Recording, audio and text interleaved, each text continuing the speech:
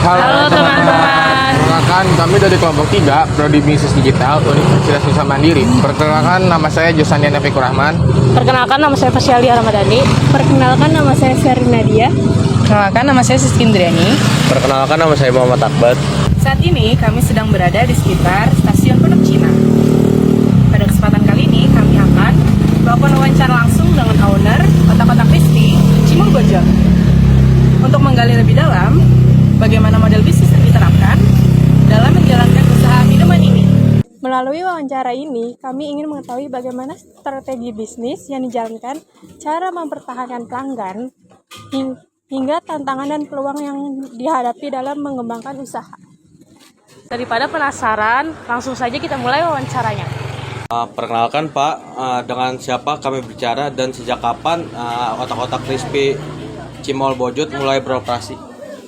Saya dengan Ipaj. Ini Cimol Bojot Adul sama Otak-Otak Crispy buka dari tahun 2019.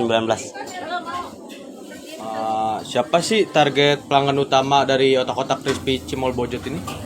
Target utama ya pasti semua orang, semua yang lewat di sini, termasuk mahasiswa, orang kerja, sama yang sekolah juga. Apa yang menjadi keunggulan atau keunikan Otak-Otak Crispy dibandingkan usaha makanan lainnya? Di sini kita menyediakan bumbu chili oil atau bisa disebut juga bumbu bojot. Itu beda dari yang lain.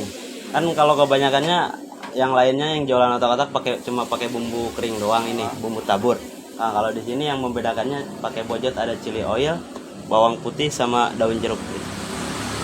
Bagaimana cara Otak-Otak Crispy ini menjaga hubungan dengan pelanggan agar mereka tetap loyal? Ya, tentu saja kita sebagai penjual ya, yang tukang dagang harus ramah lah, terutama gitu pembeli. Apa sih sumber pendapatan utama yang diperoleh oleh Otak-Otak Crispy Cimol Bojot ini? Pendapatan? Iya, omset. Omset. Sumber pendapatan utama. Bisa gimana? Kayak apa sih yang paling laku di sini sih? Kayak cimol atau yang paling itu Nah. colok. Ya di sini otak-otak sih yang paling rekomennya. Nah, Sumber daya yang paling penting dalam menjalankan usaha ini apa, Bang?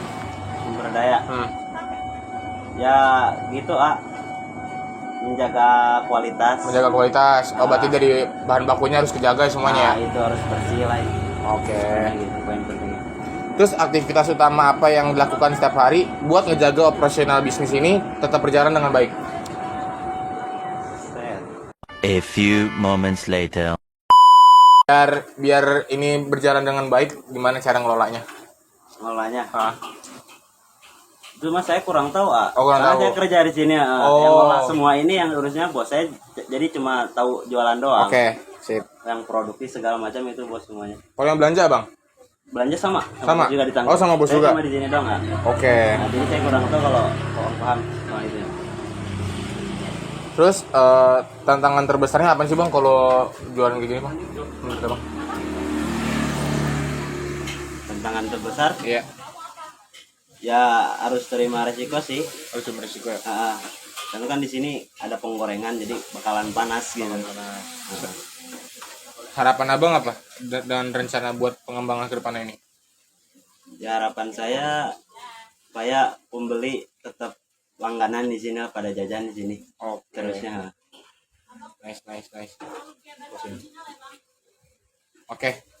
Kesimpulannya, berdasarkan hasil wawancara yang telah dilakukan dengan pemilik usaha Otak-Otak Crispy dan Cimol, dapat disimpulkan bahwa keberhasilan usaha kuliner tidak hanya bergantung pada cita rasa produk, tetapi juga pada strategi bisnis yang diterapkan dalam menjalankan usaha sehari-hari. Melalui analisis bisnis model Canvas, diketahui bahwa usaha ini memiliki target pelanggan yang cukup luas dan terutama pelajar, mahasiswa, dan masyarakat umum yang menyukai makanan ringan dengan harga terjangkau.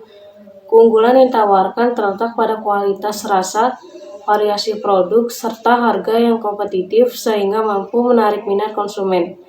Secara keseluruhan, usaha Otak-Otak Crispy dan Cimol menunjukkan bahwa dengan memahami kebutuhan pelanggan, mengelola operasional secara baik, serta terus melakukan inovasi produk, sebuah usaha kuliner dapat bertahan dan berkembang di tengah persaingan pasar yang dinamis. Dari wawancara ini kami mendapatkan banyak pelajaran mengenai bagaimana membangun dan mengembangkan sebuah usaha, mulai dari memahami pelanggan, menciptakan nilai produk, hingga mengelola operasional bisnis agar tetap berjalan dengan baik. Semoga Cimol Bojot dan Otak-Otak Crispy ini semakin berkembang dan sukses ke depannya, Bang. Nah, buat teman-teman, itu dia wawancara kita hari ini. Wawancara Cimol Bojot dan Otak-Otak Crispy. Makasih teman-teman. Dadah. It's the beautiful girl that I met. Dadah, Bang. Dengan namanya, Pak? Bang Ipan.